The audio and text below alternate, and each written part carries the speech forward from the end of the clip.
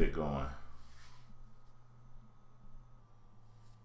I'm gonna try not to keep y'all too late. But again, we're gonna talk about this very important message. We're gonna talk about this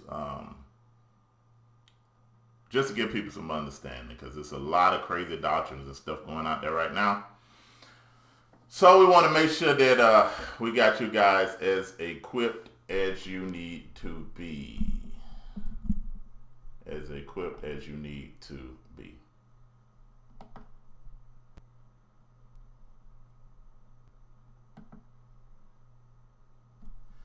Let me make sure, because it's still loading. Everybody pretty good? Everybody's good? All right. So, tonight, we're going to talk about sex. Yes, I said it, the big 3-letter word, S-E-X. Sex. Best feeling in the world. Best feeling in the world. It was made to be like that.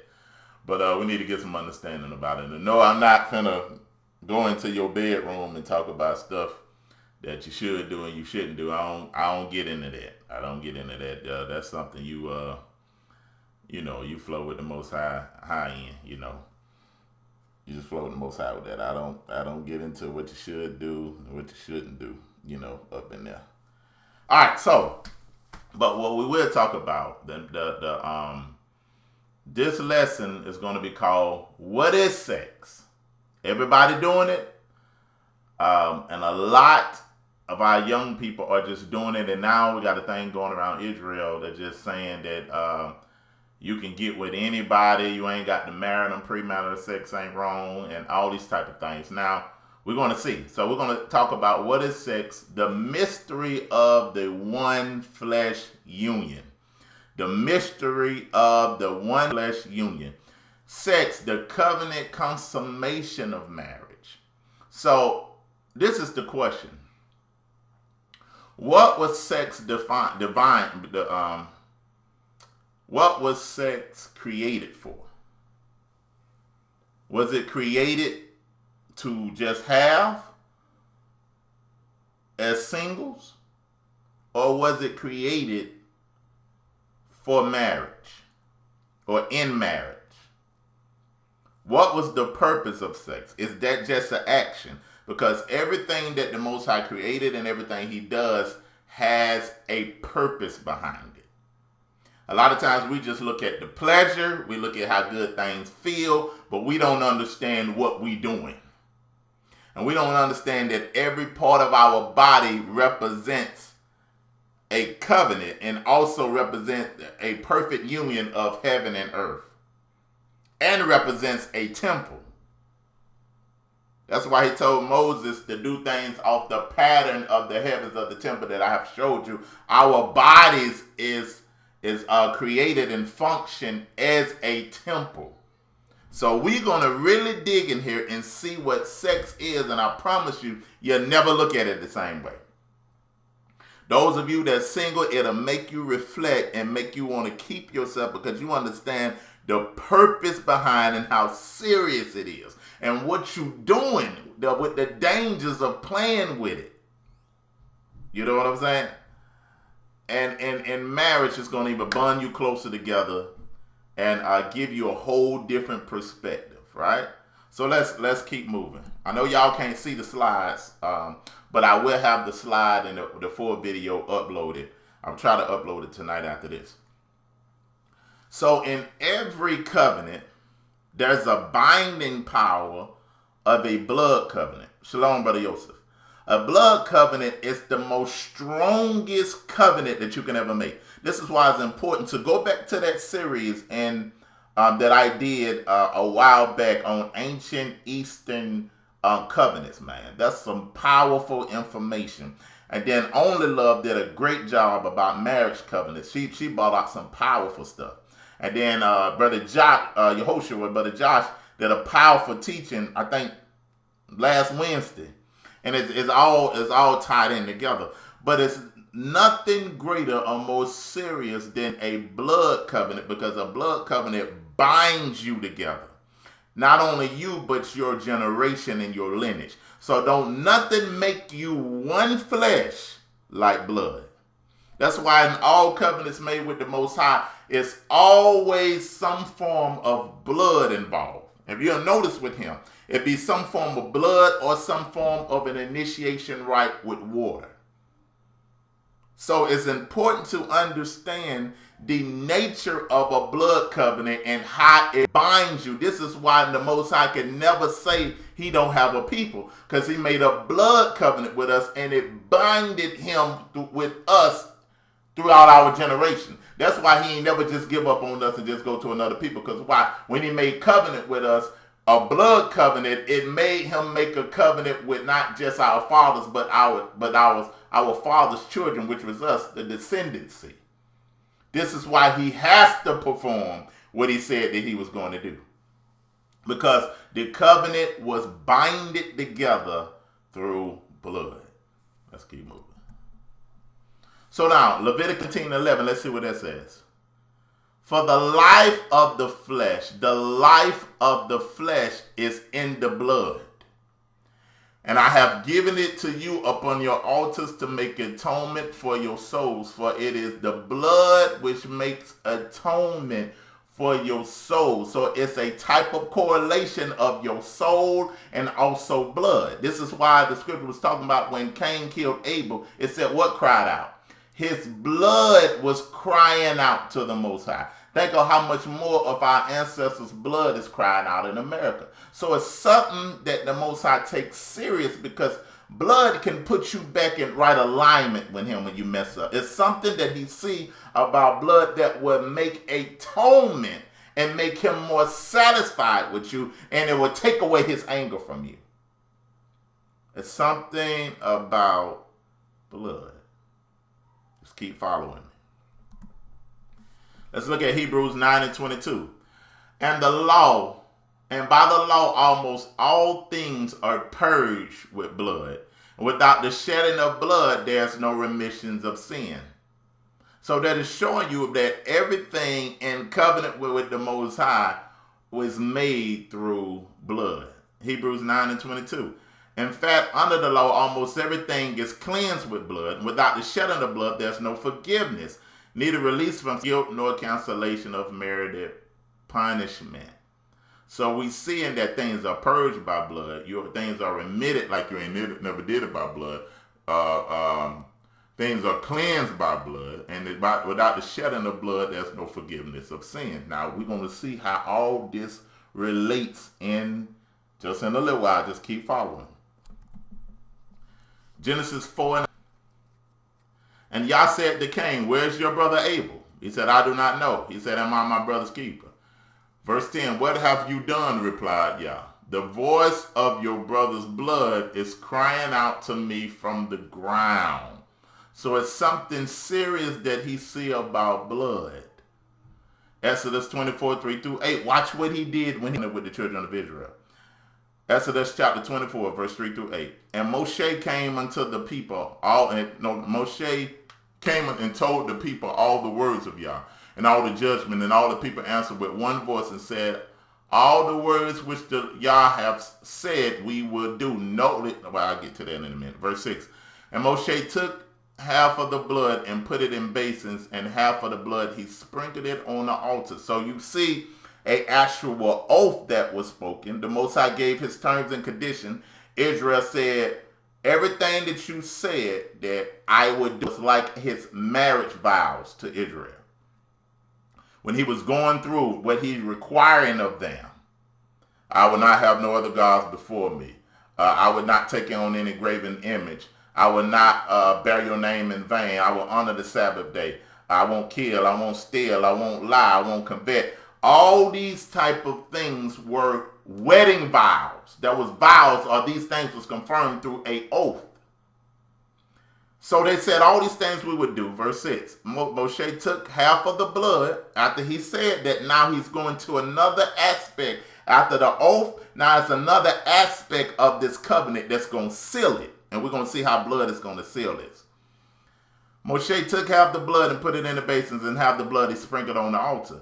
He took the book of the covenant and read it in the audience of the people, and they said again, all that Yah have said we would do, and be obedient. Verse 8, and Moshe took the blood, sprinkled it on who? The people, and said, behold, the blood of the covenant which Yah hath made with you concerning all these words. So after they gave the oath, after they gave the terms and conditions, after they gave the blessings and cursing, then consummation had to happen. And the consummation binded Israel to the Most High. So after they said all that, then he sprinkled the blood from the altar, on the book, and then on the people, consummating them together. Let's keep moving. Real quick, the concept of a covenant versus a contract. A covenant is based on mutual trust, and a contract is based on mutual distrust. Usually when you, like in our day and time, we deal more mainly contracts because, we don't trust people. So let me put it on the dollar line. This is what's going to happen. But back in the day, your bond was your word. What you gave somebody when you spoke of something, you held yourself to it. This is where even the handshake came from. Because back in the day, they would make scars in their hand and mesh their hands together almost in like a sealing of a blood contract. And that's all what needed to be done. And the people would carry out, what was spoken and what was agreed upon.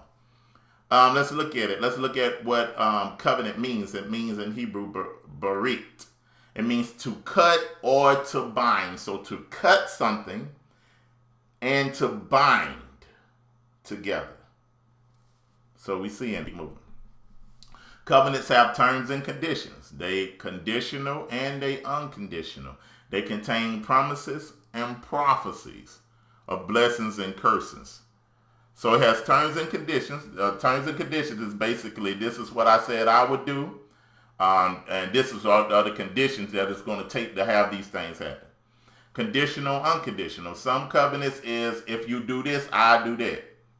And then some covenants was unconditional. Covenant that he gave to Abraham, he told him that I'm just going to do this for you. I'm going to make you a father of all nations. I'm going to do this, that, and that.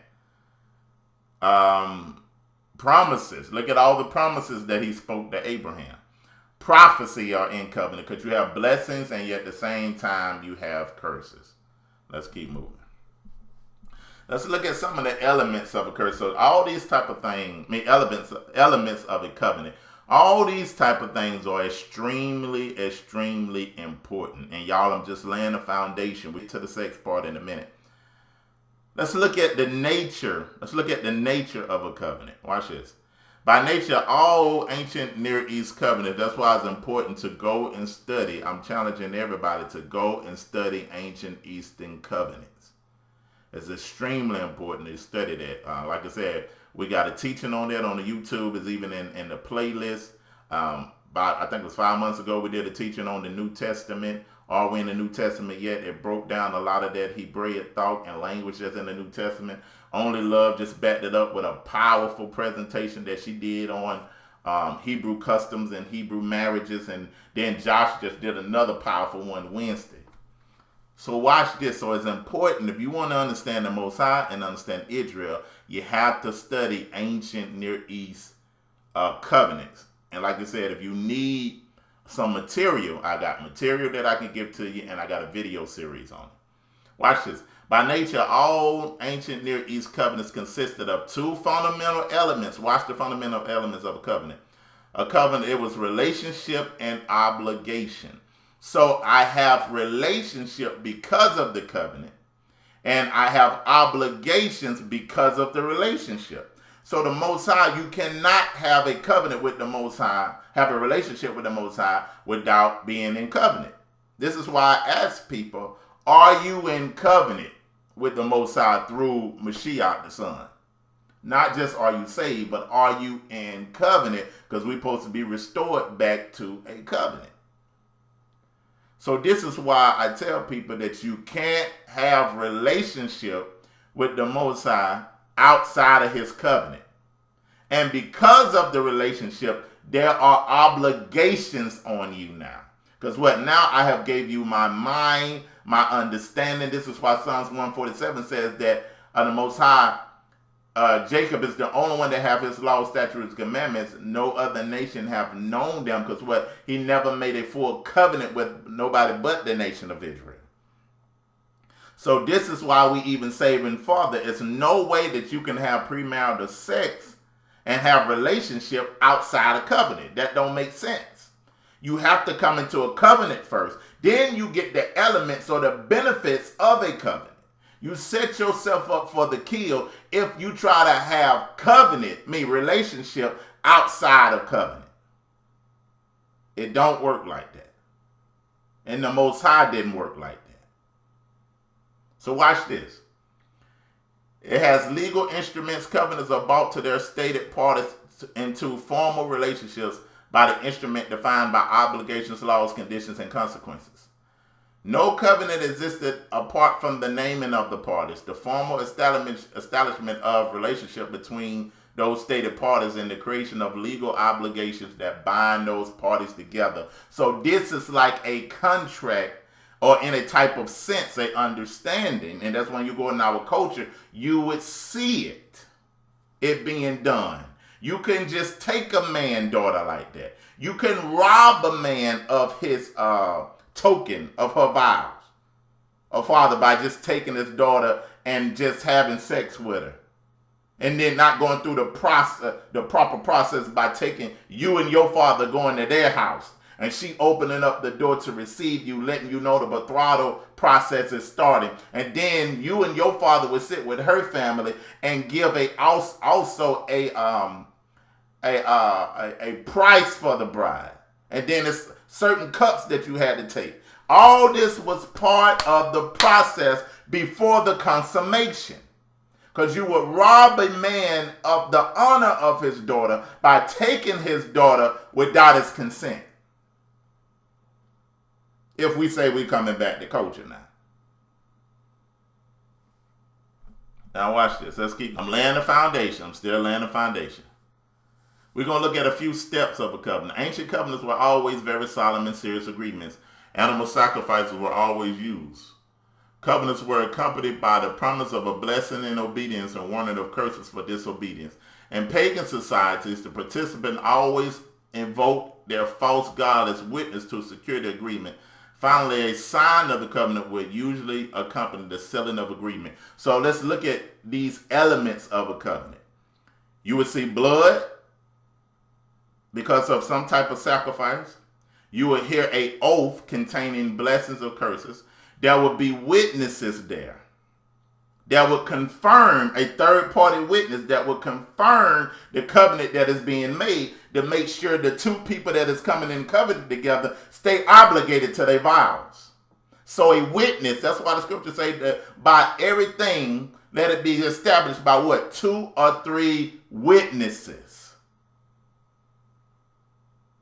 And then there would be a sign, a seal, or a token of the covenant. What are some of the tokens of the covenants throughout the Bible? Some are off the top of your head. Just give me something that can be considered a token in a covenant in the Bible. I'll give y'all a few minutes to answer that. Give me a token, some type of token or some type of seal of a covenant. That's in the scriptures.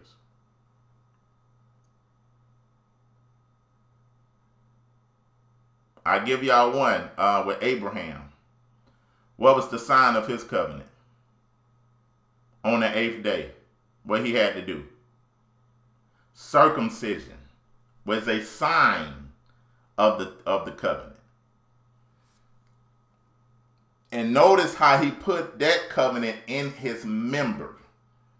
He put that covenant in his member, that and it's just, Most High would do stuff so you would have to see it and remind you to keep your faith elevated about the covenant that he was going to make. So every time Abraham had to go out and use the bathroom, he looking down at the promise of that covenant, even though he didn't see it. He's still looking down. Every time he had to pee, use the restroom. Well, there wasn't no restrooms back then, but every time he had to leave himself, his faith would grow. That's right, rainbow altar. His faith isn't the Sabbath is the sign and the token of a covenant. I guess this is kind of y'all right. The rainbow with Noah, the Sabbath, and I'm gonna give y'all something to study.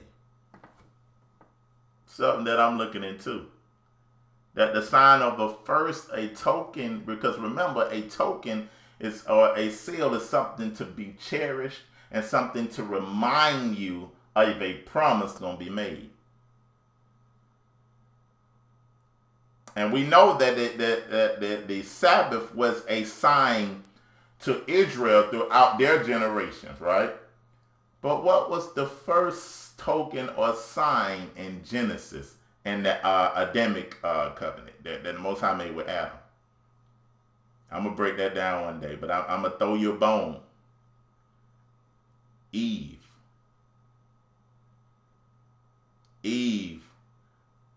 was a sealing and a sign and a token of the covenant and a promise that he put in Eve. A constant reminder of the salvation that was coming through her womb. That's deep there now. That's deep. That's why we got to cherish the token of that covenant, the sealing of that covenant, the vow of that covenant, the promise of that covenant was going to come through her. But we're gonna get off that. So it's important to understand the seal and the signing of the covenant. That's why, brother, we got to be careful how we treat our women and our sisters. You know what I'm saying? But let's look into what tokens or seals or signs. All right, it says some covenant ceremonies include a specific assignment of a token or tokens. The token was an object, an event, an emblem, served, watch this, as a physical, experimental, and a perpetual reminder of ownership of the contract and participation in its obligations and consequences.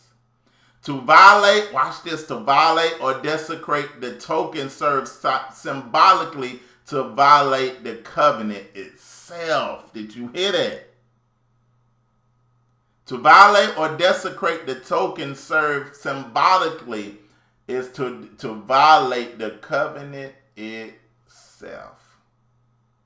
So this is why it's so important that the Most High, and we know the order of the Most High, because this is why the Most High, every covenant that he made with mankind, he made with men. And if you understand the order or how things are supposed to go, then you'll understand why he made the covenant with Abraham in his member, cutting blood from his foreskin to remind him of the promise that he made to his generation. You understand what I'm saying? So this is why, and that circumcision covenant is important. Because his sons learned not to violate that covenant. This is why they couldn't run into anybody. Because when they held their member, they would look down and see the covenant of the Most High, and they was not going to violate that by running into anybody. You see what happened when Abraham himself took that token and went into Hagar. And then the birth of Ishmael and fighting Isaac, and the whole thing went wrong because he put the token of the covenant in the wrong temple. He put the token of the Abrahamic covenant in the wrong temple, and it what produced the wrong ruach or spirit. That's deep, ain't it? That's deep, man. You can't be running into everybody like that. The Most High, not with that token and covenant that he gave us. We're going to deal with it, though. Let's keep moving. Now, watch this. Now, every covenant, we talked about tokens. Now, it's actions. All these things, we talked about the oath, we talked about the blood, we talked about the tokens, we talked about all that. And then in some covenants, you have actions that further consummate the covenant. Now watch this. Some covenant ceremonies were attended by symbolic physical acts. These acts were usually performed by a contracting party or parties. The most commonly attested actions included bodily contact, the touching of the throat, the touching of the breast. You can find this in the scripture. Placing a hand under the thigh or joining of the hands, the handshaking. The symbolism might include anything from a viable threat, a throat or breast, or to intimate loyalty, or the act of sex is an action that consummate the verbal oath that you spoke.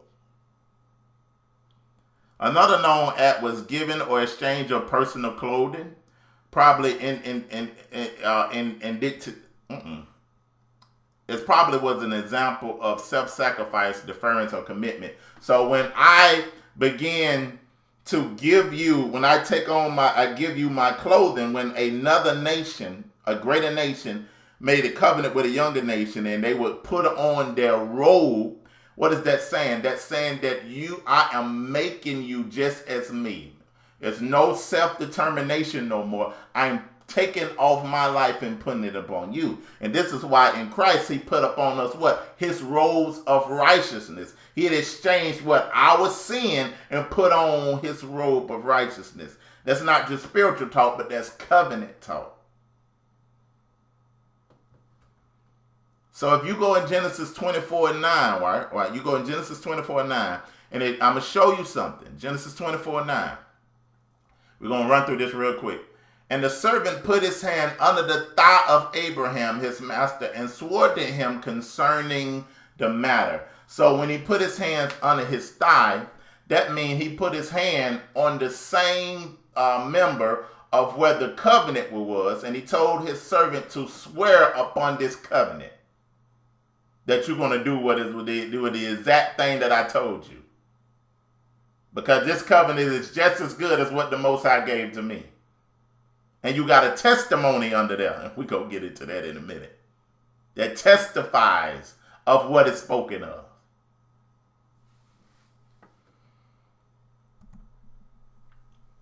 All right. Y'all following? Let's keep going. Like I said, I'm trying to have you out of here in 45 minutes because I know it's late. But we're going to get deep. The call of Abram. Now let's look at the Abraham covenant. Let's take some elements of what we just shown. And then we're going to bring it all the way back home to sex. We're going to get there in a minute. Genesis chapter 12, verse 1. Now Yah said, Abram, go from your country and from your kindred and from your father's house to a land that I will show you. And I will make of you a great nation. And I will bless you and make your name great, so that you will be a blessing. And I will bless you. I will bless those that bless you. And him who dishonor you, I will curse. And you and all the families of the earth shall be blessed. Brother Justice said, forget the time, keep going. Okay. Shall be blessed, right? So he's showing us right here that he's declaring something to Abraham. Now let's look at, because Abraham, a little bit of time went by. Abraham heard that. But now in chapter 15, Genesis 15, he's going to do something to confirm it. Now watch this. Again, make sure you go back and look at the videos that we got on the playlist of ancient Near East, or prophetic covenants or ancient Near East covenants. Go back and look at that, because I ain't got a lot of time to go back over all that. But watch this. Genesis 15, verse 7. And he said unto him, I am Yah, who brought you out of from Ur, from the Chaldeans, to give you a land to possess. But he said, Adonai, my Elohim, how am I to know that I possess it? He said to him, so he's saying that how am I know that I'm going to possess this land that you're saying that you're going to give to me? Watch what he does. He said to him, bring me a heifer, because what? I'm finna show you something, because you don't believe it all the way yet. So let me get some blood involved, because everybody in that area knew how serious a blood covenant was and knew what was happening when he would tell him to do this. Watch this. Bring me a heifer of 3 years old, and a female goat of 3 years old, and a ram of 3 years old, and a turtle dove, and a young pigeon. And he bought all these things, cut them in half. He cut them in half and laid each of them over against each other.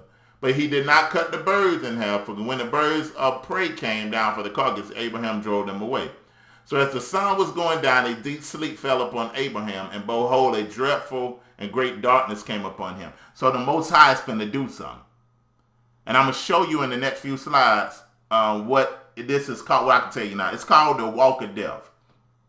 And it was always done within the confines of a covenant. So what they would do in ancient Eastern culture, this is not just indigenous to Israel. Everybody in that time frame knew how serious covenants was. This is why how you knew that the indigenous people that was over here, they understood covenant. And this is why when the European came over here and they was trying to make treaties with them and covenants with them, but the Europeans didn't understand that because that wasn't part of their culture.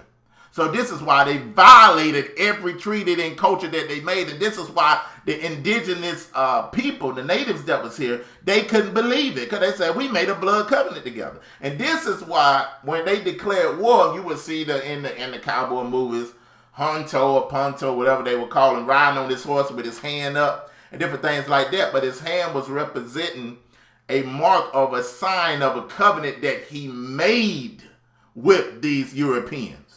And what he was saying, it ain't just me, but everybody I'm in covenant with is finna come against you. So he wasn't just raising his hand.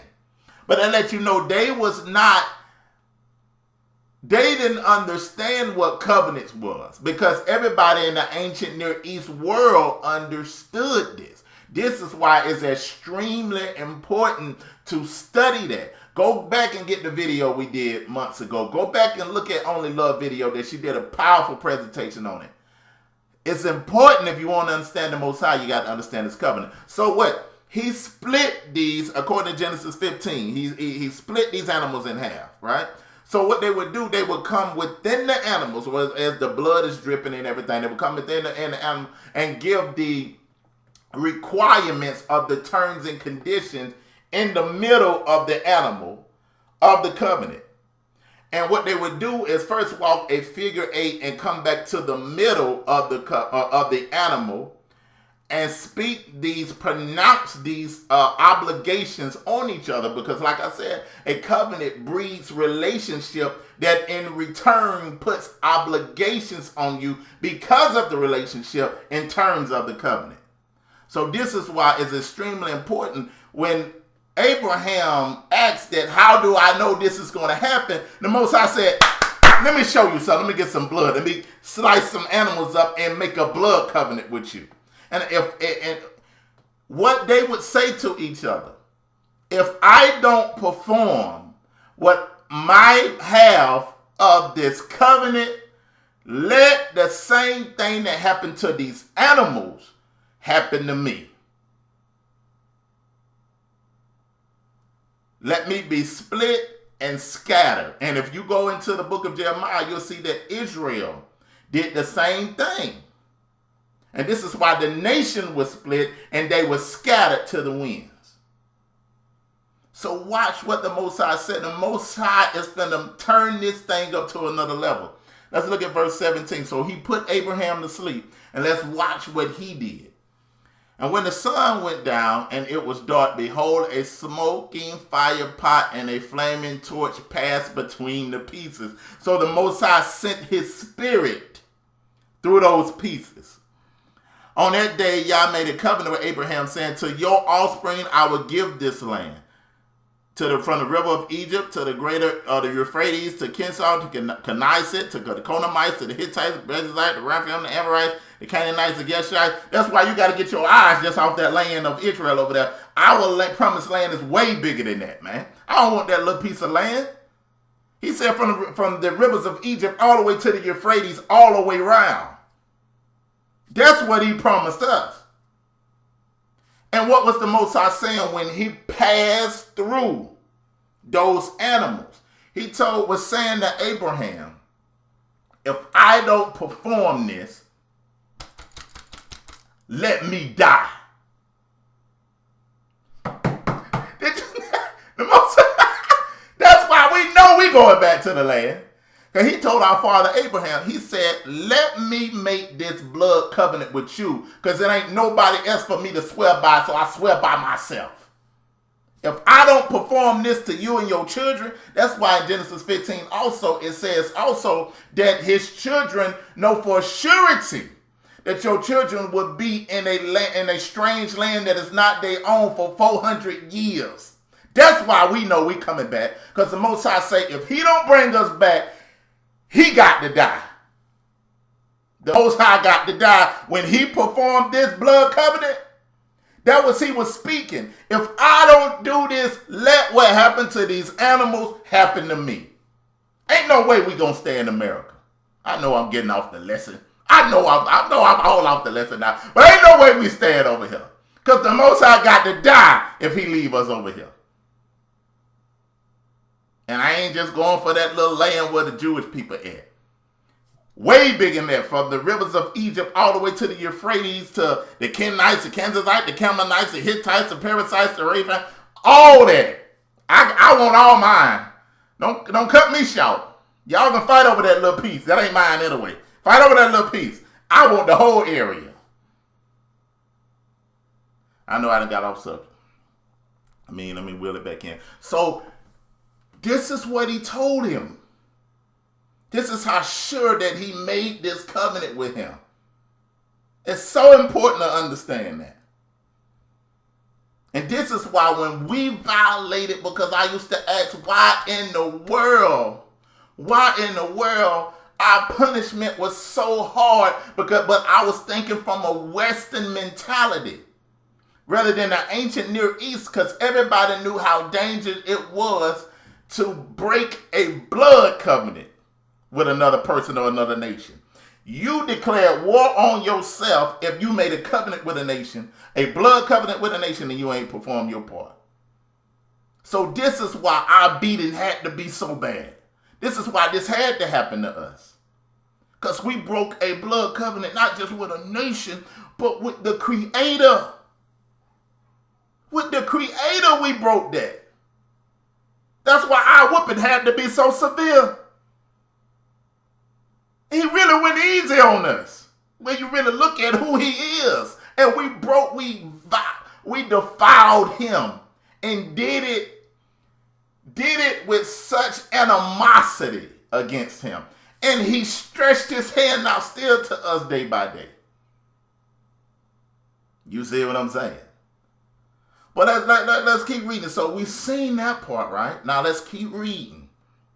Let's go to Genesis 17 now, verse 9 through 4. And y'all said to Abram, because now we finna see the token. Y'all said to Abram, as for you, you shall keep my covenant, you and your offsprings after you throughout their generation.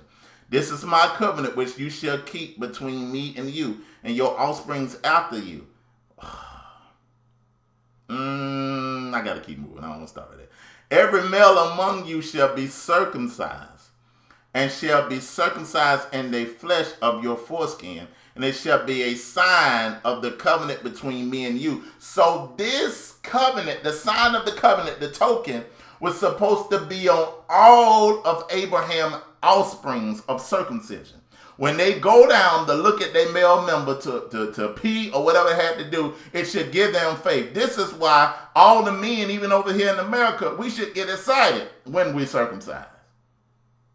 Because it's a sign that he got to honor what he said. He got to honor that. But he gave it to the male because it's in the male member, in his DNA, the channel through which the seed comes forth. When he said, I'm going to make your seed greater than the stars and greater than the sand. When the man, he put it in the man's DNA, his seed. The channel through which the seed goes through. You see what I'm saying? That's where he put the sign of the constant reminder or the token. But it has to go in the right temple. We'll talk about that in a minute. He who is 8 days old among you shall be circumcised, every male throughout your generations, whether born in your house or bought with your money from the foreigner who is not of your offspring. Both he who is born in the house and he who is bought with your shall surely be circumcised. So shall the covenant be in your flesh, an everlasting covenant in your flesh. Any uncircumcised male who is not circumcised in the flesh of his foreskin shall be cut off from his people, because he hath broken the covenant. What is that saying? Every male that is not circumcised, what are you saying? You saying you don't have faith for the Most High to complete what he spoke.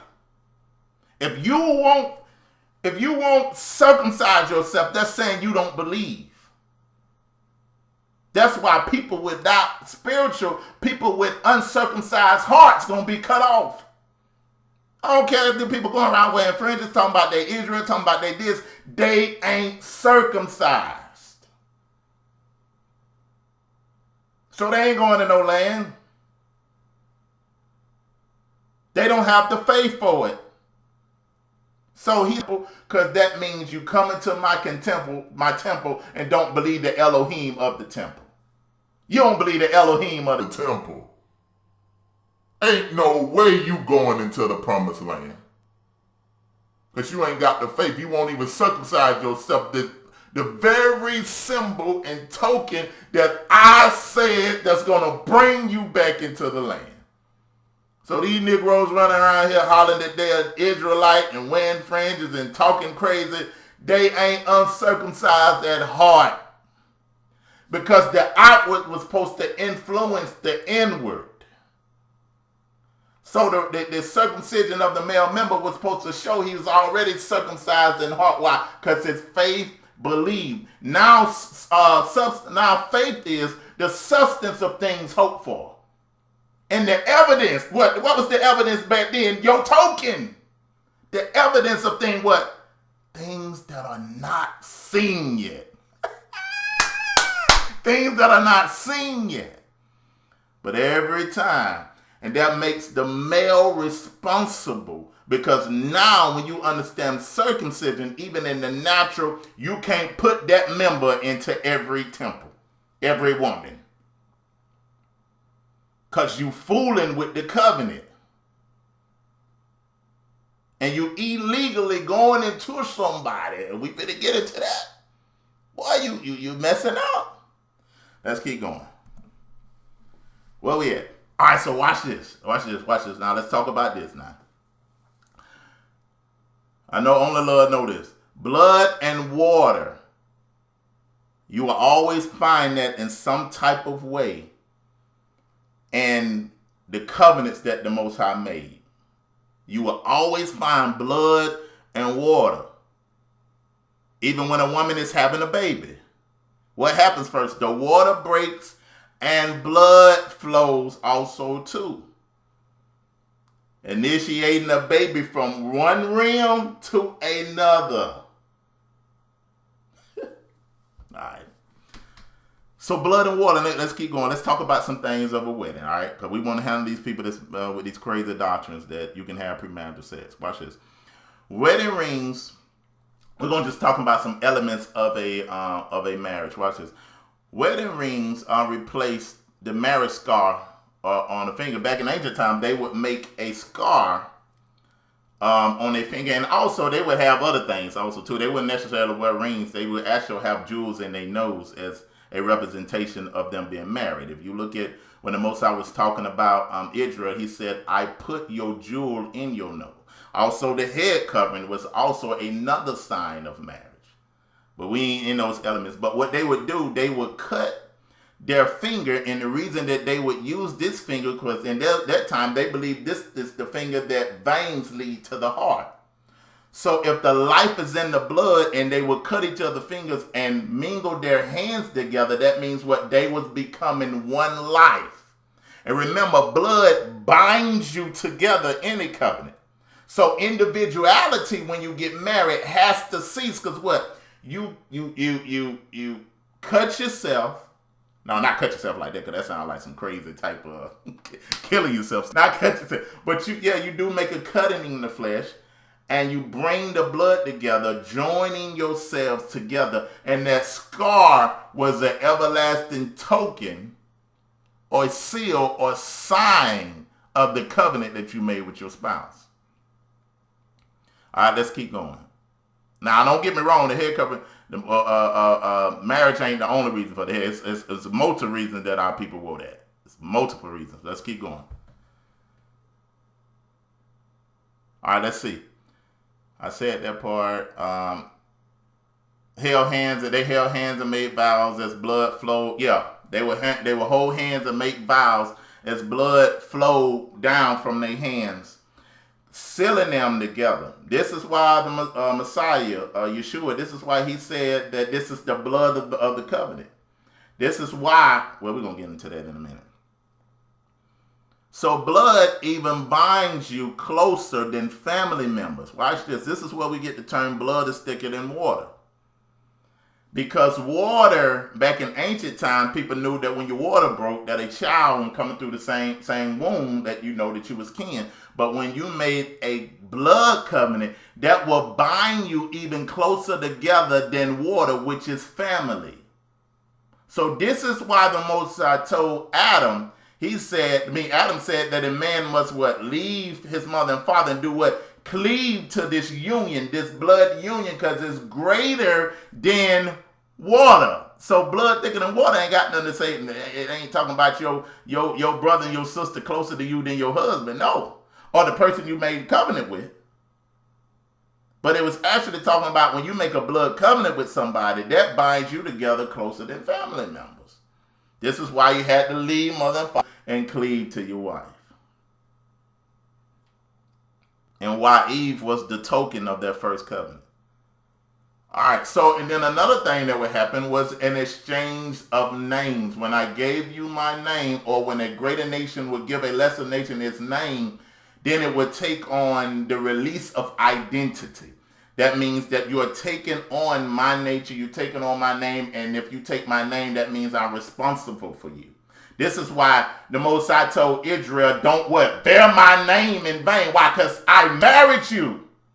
I was a husband unto you. I gave you my name, which means I gave you my mind, my will, my nature, my character, my power. I gave you everything. This is why he fought all Israel battles, because he was Israel's husband and father.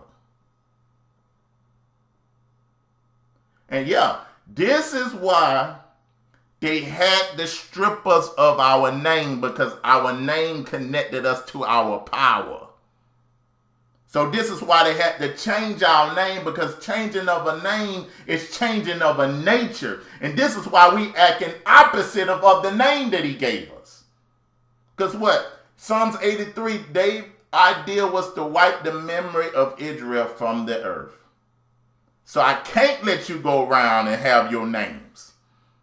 And this is why the Most High said, he said, I surnamed you.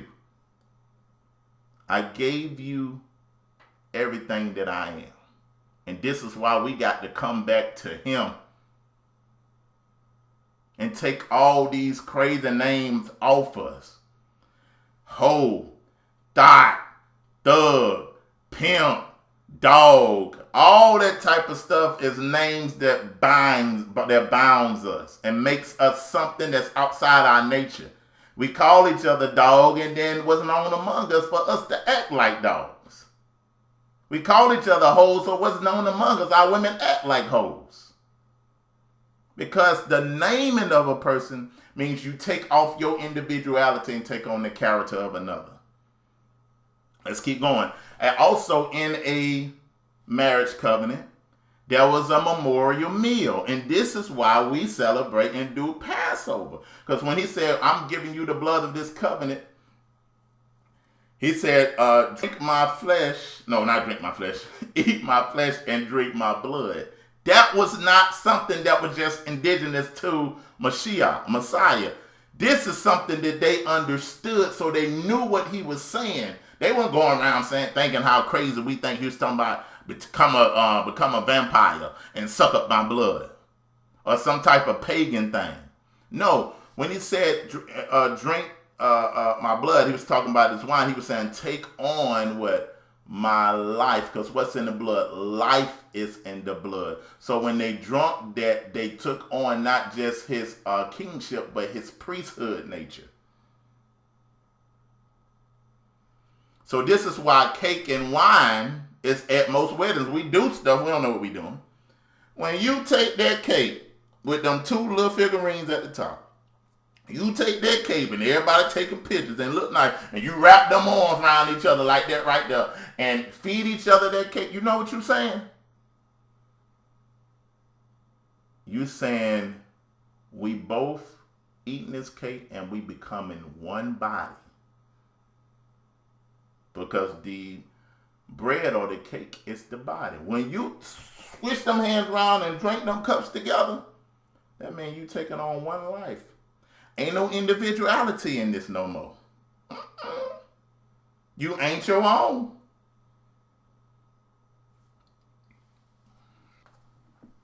And then you have the sprinkling of blood and water, right? You have the sprinkling. The man and the woman cutting the cake is deep too. Yep, many things in the West. Yeah, we just doing anything out here. We don't understand how deep this covenant is with what we be making. But watch this.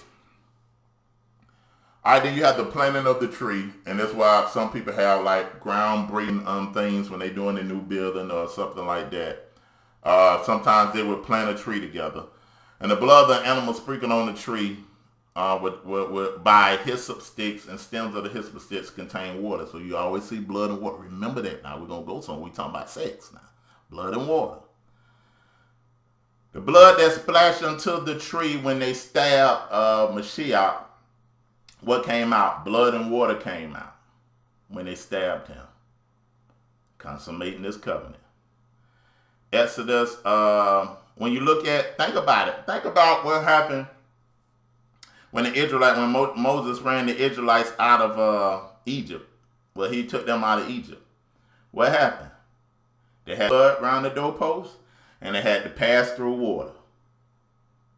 They put the blood on the doorpost, because they was getting ready to get prepared, and they had to pass through water. Blood and water right there. When you look at Noah, same thing. Flooded water. When he got off the boat, he caught some animals and made what? A sacrifice.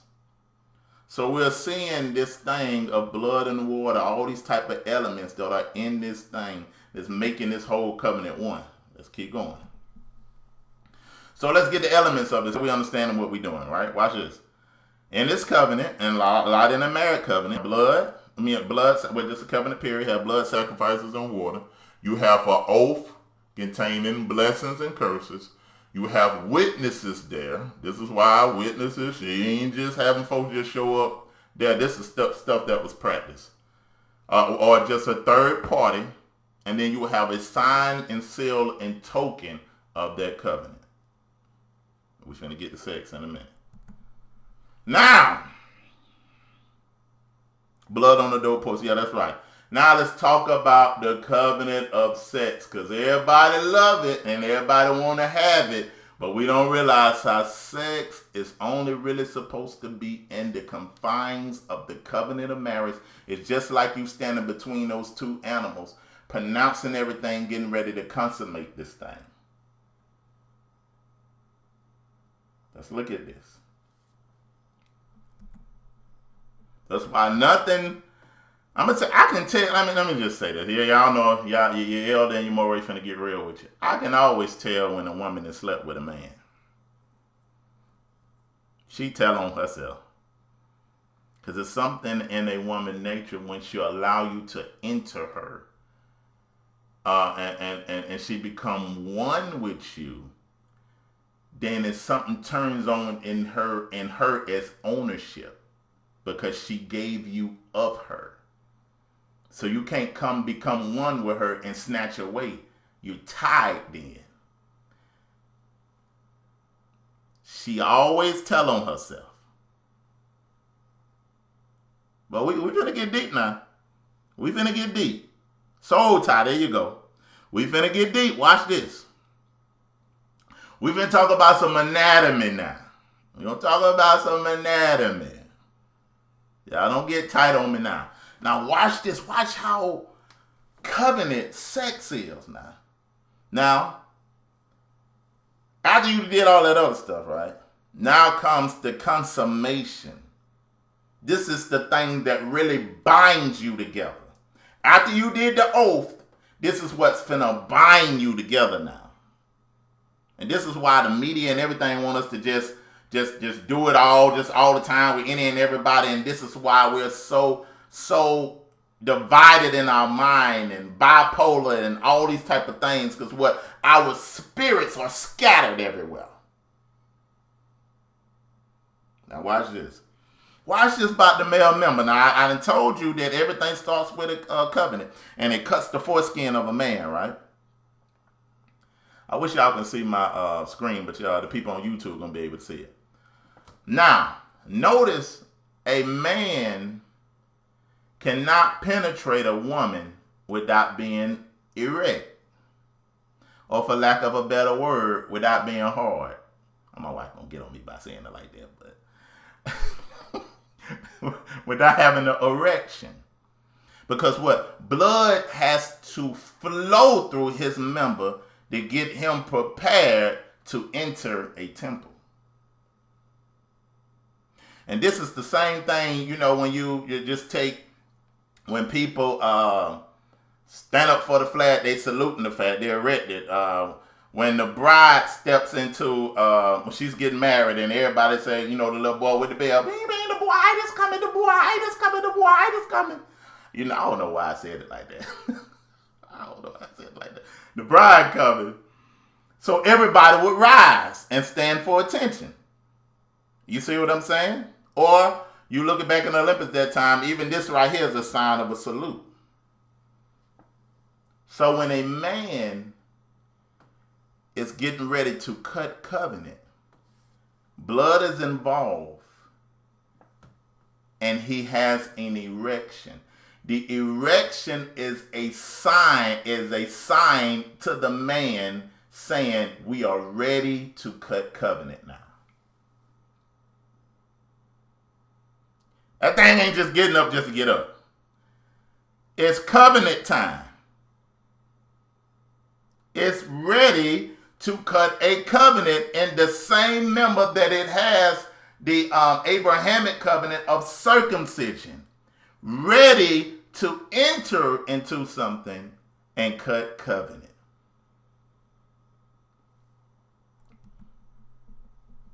Notice this, that the blood rushing, but there has to be a witness. So does that mean you're having somebody in the room? This ain't no threesome going on. Watch the witness.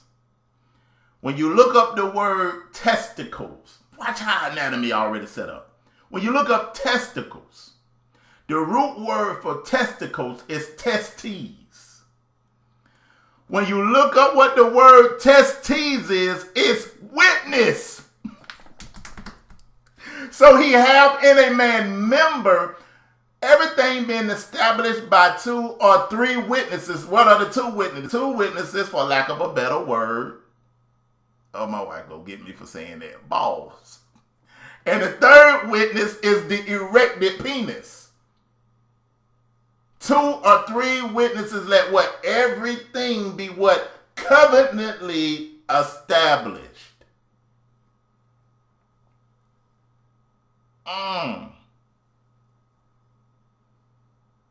So the testicles are a witness. When you look up its original word, testes, you look up what that means. That means witness, spectator, bystander, supporter, or testament. Just look it up. That's what it's saying. So why would he give us the witnesses and the member that's erected ready as a sign to cut covenant now?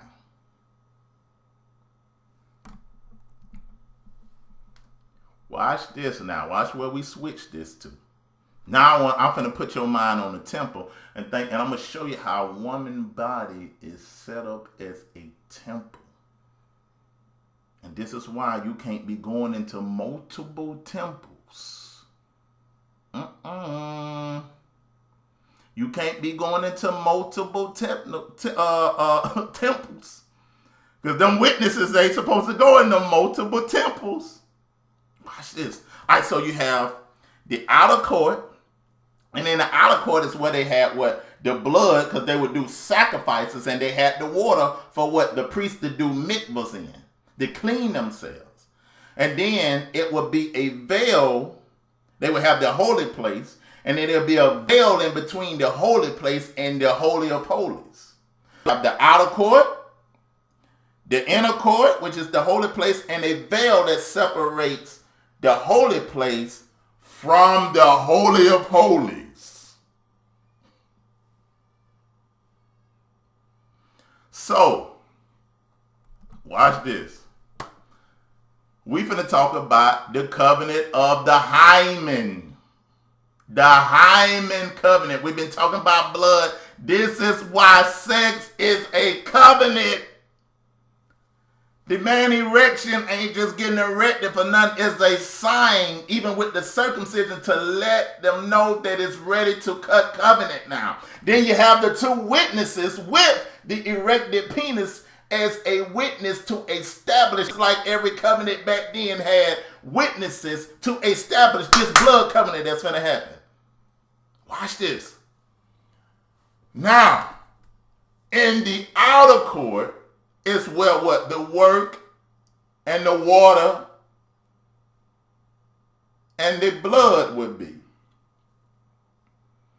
Think about when a woman is getting ready to, when she ready to cut covenant, what flows? Water. She get, for lack of a better word, moist. Y'all think I'm crazy, don't you? This is how the Most High set our anatomy up. Letting you know when that man put his member in her, he's cutting a consummation of covenant. And when he breaks the hymen, in a sense, going from the breaking the veil from what? The second part, which is the holy place. When he breaks that veil, that's where you get your blood and your water that immerses his member, that establishes and brings them together. They become one flesh then. That's the mystery of blood and water. This is why you have to be baptized and immersed to become a part of Messiah's body. You have to take on his blood, then you have to be immersed in water as an initiation of the covenant, and he set our anatomy the same way. So when a man breaks that hymen of a virgin, and what's supposed to come out as a token of what? This covenant that only belongs to the Father. That's why you can't dishonor men's daughters by running in there. And I know we'd have been messed up over here. We'd made some mistakes. All this. I'm going to clean all this up in a minute. But this is for you to tell your daughters and tell your sons what you're doing. Because the water and the blood, when you break that veil, then you reach, after you've been what? Immersed in her blood and her water as her temple, accepting and receiving the priest into her temple, making y'all one.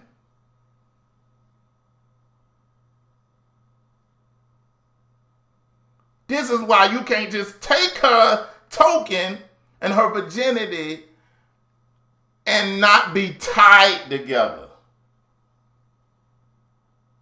Now we're gonna get into this, because all of us did stuff in the past, and we understand it now. You know, the Most High, you know, he gave us his son, and he cleansed us from all those type of things. We're gonna get into soul ties in a minute. But as you break that hymen, and now you broke the veil. Because when you really research the hymen, it has no other purpose. They don't have nothing completely that I know of scientifically that gives the hymen a full purpose, but to be broke into to seal this oneness, the mystery of this oneness. When you go past the hymen, when you break the hymen, and then that's when you finna enter the Holy of Holiness, and that's when sperm is released, because that's what the Most High was there, where he met the priest in the most holy place. And this is why when you release sperm into her, you're releasing it to her egg, which is the most holy place, the place where the Most High put the spirit in that egg. and make it a being. The Holy of Holies. 3 realms and 3 levels that it went to.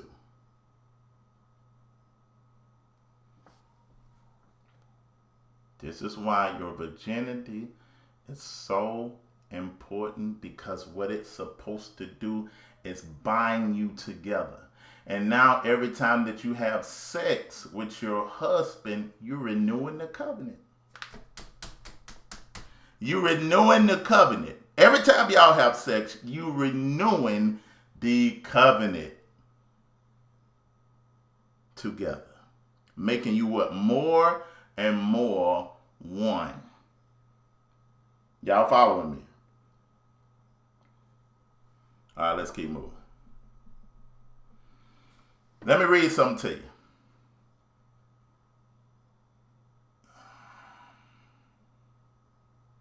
This is why the Maker the Most High knew what he was doing.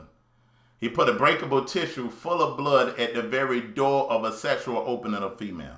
While so carefully placed in the entrance like a ribbon tied in the entrance of a new house about to be launched.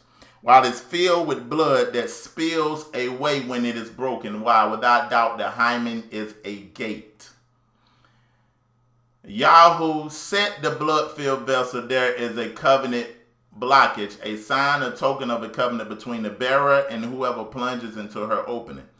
Before Yah, the flowering of a lady is not a casual act of fun. It is a serious covenant struck and confirmed by bloodshed on that day. This is God's way of saying whoever plunges into this woman shall be able to do so by making a blood covenant to be joined to her the rest of their life from that point on.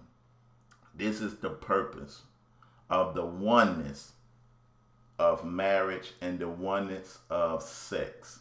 Yeah, we're going to get into breaking soul ties and all those type of things. So you don't have to even worry about that type of thinking with that. And your husband, the Most High, can make you afresh and make you anew again. That if you're single, you understand now. Because the Most High ain't going to completely just 100% judge you according to your ignorance. You see what I'm saying? But this is why in the Holy when you climax, you get so weak because you're birthing life. You birthed in life. This is why your body can't really contain it, because you're birthing life in this area. I hope this making sense. So this is why you got your body, your soul, and your spirit. Now we finna get into some more spiritual things now. This is why when you do have sex, your souls become one. Your will, your mind, and your emotions become one. And you have to be careful. And a lot of us did some things in ignorance. We didn't understand what we was doing. And now we have a lot of wrong people in our soul. You see what I'm saying? Well, our soul is tied to people. And this is why some people can stay in abusive relationships, because what? Their souls are tied together. This is why a dude can treat a woman like a dog and she stay with him, because what? Her soul is tied to him. She can't just break away like that. He can't just break away, because what? They've been united on an emotional level. And a woman have chambers that she store her hurt in, and she have different deposits of hurt that she pulled from, which changes her perception of what she's seeing. Because she's supposed to be a receptor. She receives from us. You see what I'm saying? But when you lay with somebody, watch this. You take on what has been in their life. This is why we got all these freaky spirits out here. Because you done mess around and lay with somebody that's been fooling around with homosexuality. Now you with your homeboys trying to figure out why they starting to look cute now. You with your girls trying to figure out why she all of a sudden her lips start looking tasty to you. Because what? You done dealt with somebody that done dealt with that. You taking on areas in their life and you becoming one. You're joining your problems, your inconsistencies together. This was supposed to be done in the confines of marriage, that the more and more you become one, the more and more you become like Elohim. Because the Most High is neither a male or female, but when he represents himself on earth, he represents himself as a male. He put the full essence of a male in him, and then the part of him that's a woman, he put the essence of a woman and of him as a woman in a woman, and when they become one, they become him. The two have became what? One. But if you dealing with somebody and their soulish realm is damaged and you begin to lay with them, then you start, if you're not filled with the Spirit, you'll start taking on their mentality. This is why you can have friends, and once they get with somebody to sleep with them, they start changing. Like, man, what the world wrong with you? Why are you thinking like that now? Why are you acting like that? Why? Because they became one with somebody or something, and they joined blood together, which means what? They joined life together. That's why sex can't be outside of marriage, because it was only meant in the confines of marriage.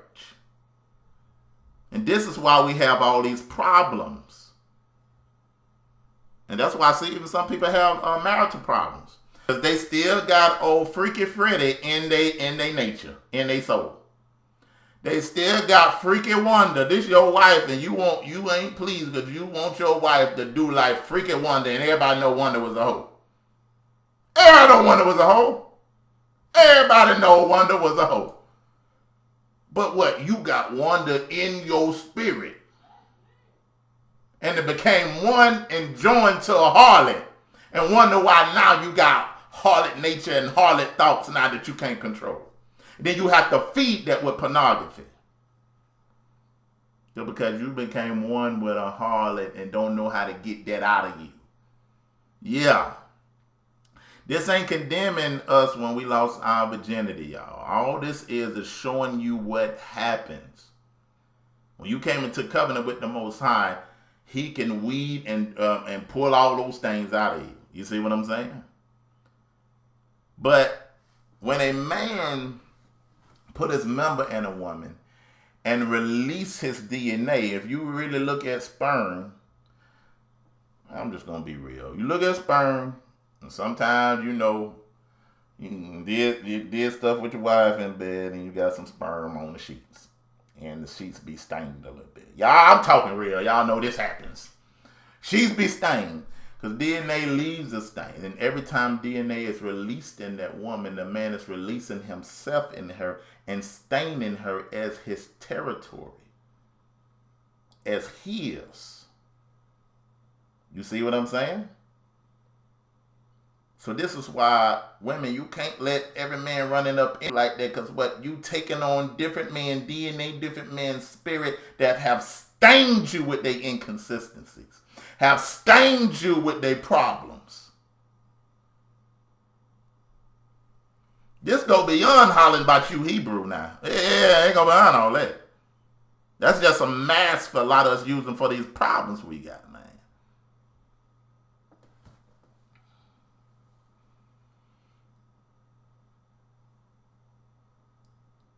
All right, let's keep going. Why you have to deal with these areas and pray to the Most High that if I have any soul, and this is the reason, let me show you some things to let you know if you still got a soul tie. If your marriage is being hindered based off a previous relationship that this person ain't got your system yet, you still got a soul tie. If you can get just as angry about something that happened 10 years ago with this person, the way they did you and left you, you still got a soul tie. You still tied to that person and you ain't released it yet. If what this last person did is controlling your personality now, and you ain't with them no more, you still soul tied. You see what I'm saying? If you mad at your wife or your husband because they ain't doing all the tricks and ups and downs and swinging off the chandeliers like old Freaky Fred and them did, then now don't get me wrong now. And y'all know Elder Murray gonna be real with you. Do what you doing there now. You got a husband, you got a wife, do what's gonna please them. Have a good time now. Don't be holding back. Have a good time. Y'all can learn together and do things together and just have a great time. You know what I'm saying? You do what you do behind them closed doors. But what I'm saying, don't be putting extra pressure on your spouse because of somebody else. You know what I'm saying? Don't be doing that. That what? You still tied to that person. This person can control your now, and it's been 5-10 years, and you controlling your spouse based off what somebody else done to you, you still tied to that person still control you. Because what? You ain't never got over that hurt. You ain't never got over what they did to you, and he's still walking around in your DNA.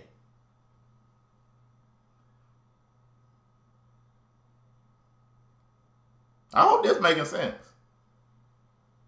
So how do we cleanse ourselves of that? So this way, those that are single, that are looking and waiting, now you know what's going on. You ain't finna do no Steve Harvey book, and he got a divorced wife and got all kinds of, you ain't finna do no Steve Harvey book talking about 90 days. No, you gonna wait till you get married. Cause you ain't gonna, one thing about a man, let me tell y'all single sisters something. A man we would do as much as you let us do. If you let us have that, if you give us that thing early beforehand, we're going to put you in the category. We're going to put you right in the category. Okay, so how do we be cleansed, right? How we deal with this? Number one, let's read. Well, let me give you these scriptures. Before I talk about the being cleansed. So I'll give you biblical proof of like soul ties. 1 Corinthians 6:16. Or do you not know that he who is joined to a prostitute becomes one body with her?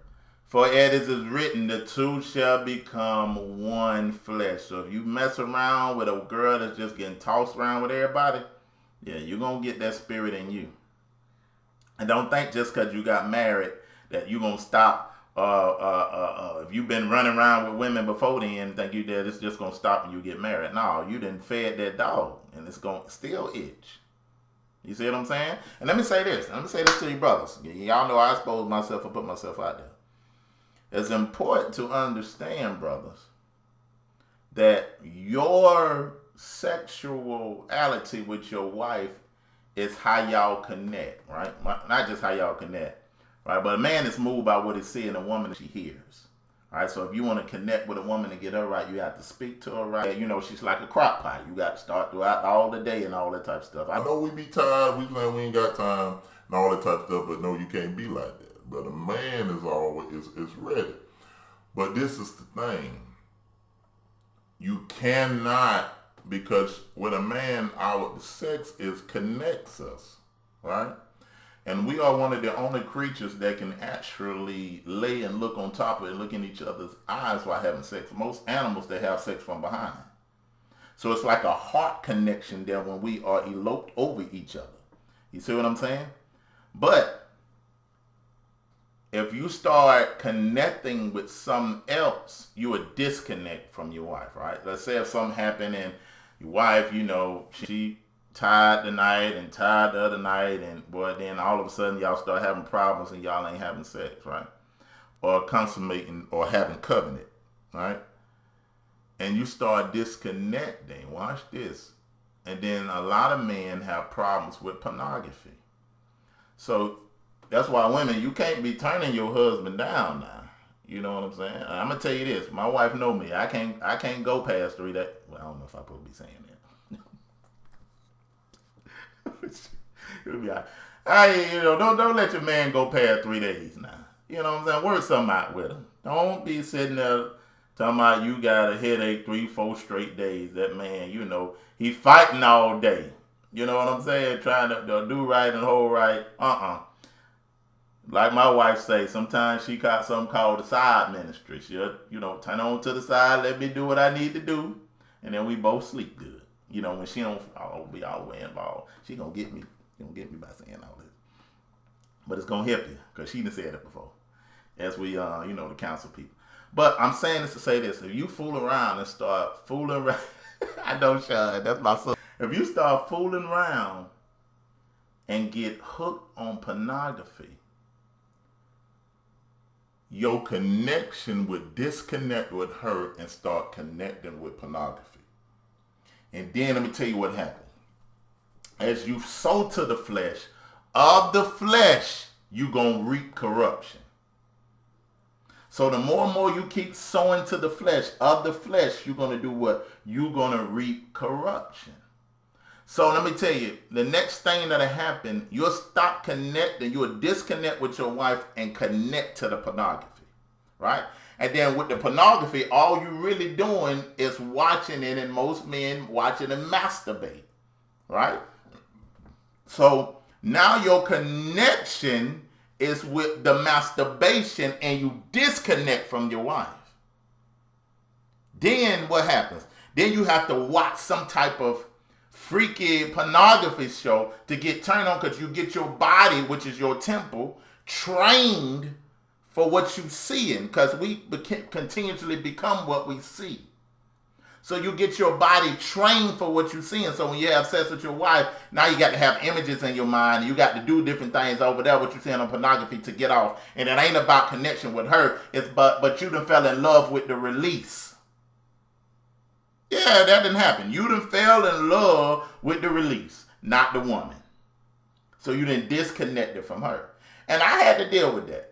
Yes, I was dealing with pornography and struggling with that thing had a strong hold on me, man, and I just had to have it. I ain't even hardly want to talk to my wife. She trying to tell me about her day. I'm trying to get to it. And it was no love there, no concern there. After I would get off, then I just lay down and all that type of stuff. Why? Because I got my body disconnected from her spiritually and chemically, and start being connected to the pornography. And it started causing problems with my member down there. But my member was what? It got based and trained for what it was seeing on the pornography, not her. And I had to completely get cleansed of that. I mean, have spirits cast out, all that type of stuff. Get cleansed of that. And build my connection back with my wife and find out where I went wrong at. To disconnect to her and connect with pornography. So this is why you got to be careful. But sisters, you got to be careful too. You can't be letting your man go all them 7, 10, 11, 12 days. We ain't built like y'all. We are not built like y'all. When our member ready to cut covenant or renew the covenant, it's ready. It's ready, man. So you gotta work together, man. You gotta work together. You can't be doing that to your man, and man, you can't do that to your woman. So, what I was talking about? 1 Corinthians 6:18. Flee fornication. Every sin that a person commits is outside the body, but sexual fornication sins against your own body. Fornication was sin against your own body. What? Because you keep sowing to your flesh and sowing to your flesh. What? And you sowing different people in you. A woman taking different deposits, and a man releasing his nature, which is his spirit, his soul, and his body, and multiple women. And every time a man releases himself into another woman, a part of that man leaves. And this is why you have so many emotional men now, and so many men that's unstable, and so many men that ain't got no drive, because they done released themselves in so many women, and now they done got lazy, because it's a reflection from the spirit and the natural. Oh, man. Proverbs 6 and 32 through 34. That's right. Sexual sin is self-worship. You please yourself rather than pleasing the Most High. That's right. Proverbs 6:32-34. But whosoever, watch this now, but whosoever commit adultery with a woman lack understanding. And he that doeth it, he destroys what his own soul. And this is why people that play with committing adultery, boy, they be the most untrusting, paranoid people. They do. If your spouse always asking you, you cheating on me and accusing you of cheating on me, cheating on them, 9 times out of 10, that's a dead giveaway that they cheat. If you can't do nothing, can't go nowhere and all that type of stuff, that's a dead giveaway because what they sold have been destroyed. That's why the scripture say that a double-minded man is unstable in all his ways. When you look that word double up, it's divided mind, bipolar. All right. Where we at? Watch this. All right. Now, this is how we are able to cleanse ourselves and be able to take our virginity back and start off afresh. Because what? Now we have the knowledge. Because what it says, the fear of God, the fear of the Lord is the beginning of what? Of knowledge. Now I'm understanding that the Most High can make me whole again. And then I realize what I'm doing now from this day forward. 1 John 1:9. Watch what it says. If we confess our sins, he is faithful to forgive us our sins and do what? Cleanse us from all unrighteousness. So we have to confess our sins. We have to talk to him. We have to say, Father, forgive me for allowing this person to come in me and give me a soul tie. This is why you got to allow the Holy Spirit to tell you who you might still have a soul tie with. Now, if you're not seeing it in the warning signs, you might be good. But if he brings something in, you have to pray with the Most High, cleanse me of that. I ask for forgiveness, because in forgiveness is the release of healing. Prayer, fasting, and forgiveness is the release of healing to let you know the kingdom is near. So you have to ask for forgiveness and repent of those people that you allowed to enter you, if you haven't done that already. Then he said, I am faithful to cleanse you of all unrighteousness. And then he said, even if your heart condemn you, I'm greater than your heart. I will wipe it away, just like it ain't never been done. When we repent. Hebrews 4:12. Watch this. It says, for the word of Yah is living and active. Yeah, you got to, thank you, Brother Justin. You got to denounce names and people. Ask for forgiveness, denounce that person's name and what might have been deposited in you, and ask for release from that. But it starts with you asking for forgiveness. For the word of Yah is living and active and sharper than any two-edged sword, piercing into the division. Watch this. Watch what the word do. It pierced the division of the soul and of the spirit and the joints of the marrow and the discerning of the thoughts of the intentions of the heart. So the word can come in there and pierce all that unrighteousness out of you. As you repent and ask for forgiveness, you fill your heart with the word. And that's why I think it's in the book of Proverbs, it says, guard your heart with all diligence, because out of your heart flows what? The issues of life. That's why you have to, from this day forward, after you have done this, you are in control of guarding your heart. And you are in control of who you come into covenant with. And the last, I forgot to get on transferring spirits. That's another thing, that the devil or the Anabhasatan, he cannot produce or reproduce, but what he can do is transfer himself. So the same thing that this person that you might have laid with, been dealing with, it can transfer that spirit in you. And this is the same thing even when you might have some older man or older woman that molested a child. See, the enemy is so wicked.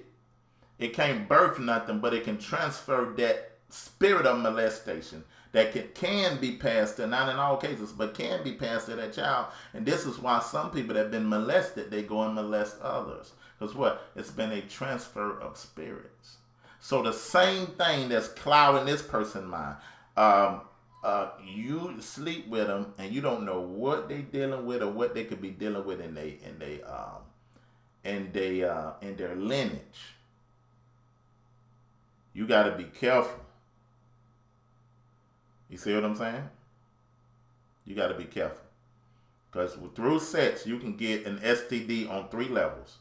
You can get a sexual transmitted disease, a soul-tied disease, and a spiritual transfer disease. That's the disease in your body, your soul, and your spirit. But the word can clear all that up.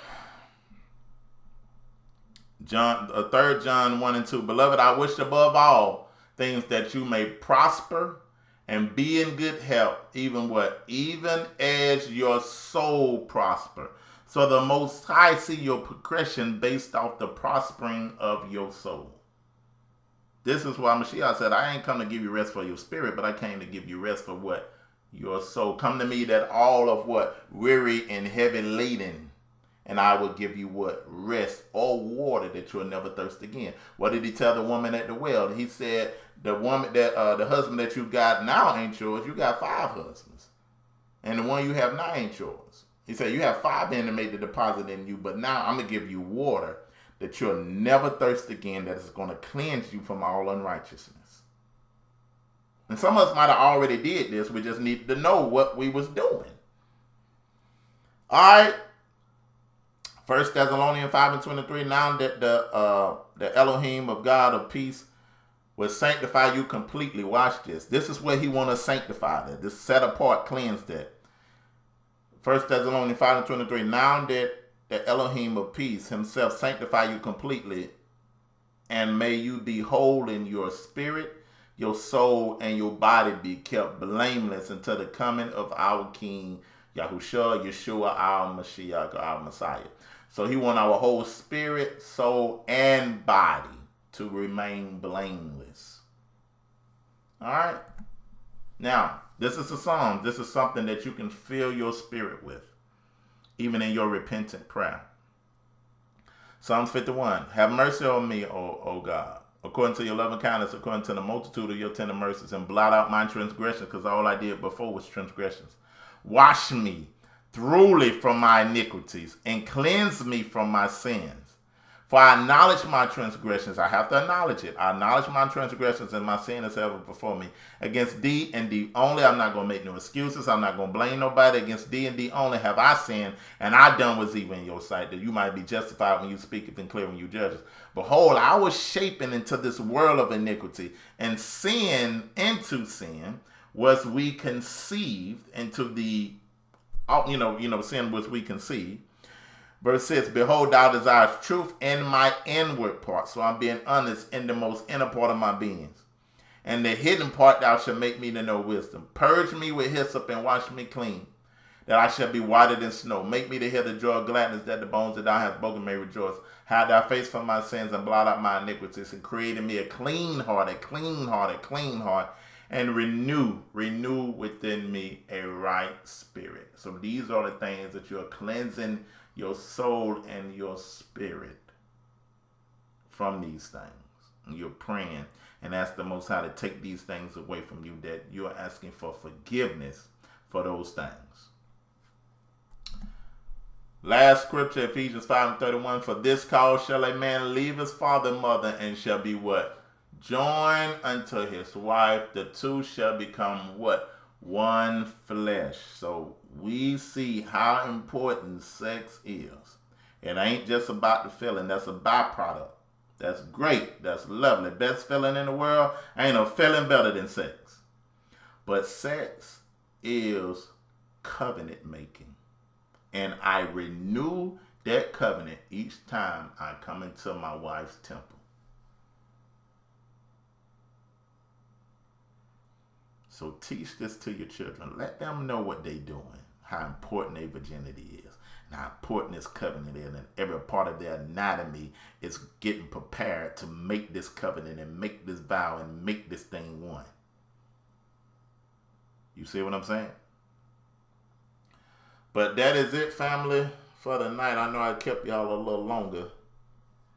Anybody got any questions or anything they might want to come on and say, I can bring you in if you want to come on and say something. I know it's late. I know most of us might be in the bed looking at something, looking at this. But any questions, comments, or concerns? Anybody want to come on real quick?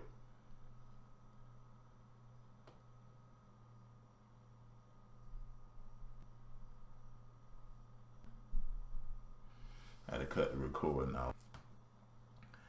Anybody got any questions?